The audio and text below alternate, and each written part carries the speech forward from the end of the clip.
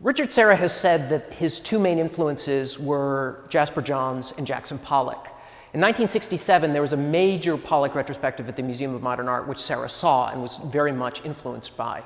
And I think in some ways this piece is a result of an attempt to merge those two key influences in his life, Johns and Pollock.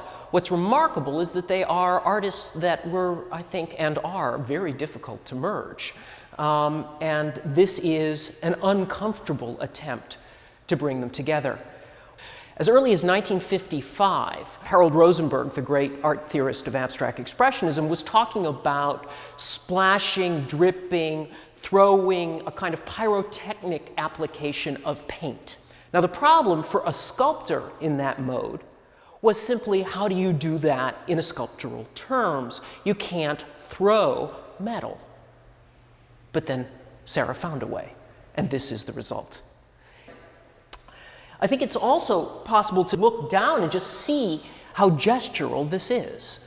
But I also think that it's important to point out what perhaps wouldn't have been in evidence in the late 1960s when Serra was producing this work.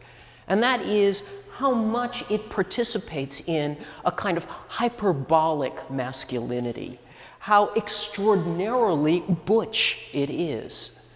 Because one of the things that we see here, and particularly when the work was first made in Jasper Johns' studio in 1968, was what a bad boy thing it is to toss molten hot lead indoors.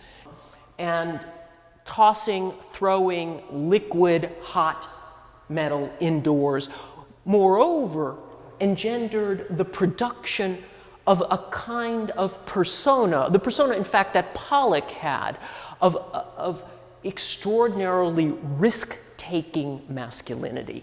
A form of masculinity that was about taking extreme positions, doing dangerous things. A form of masculinity which understood art as risk.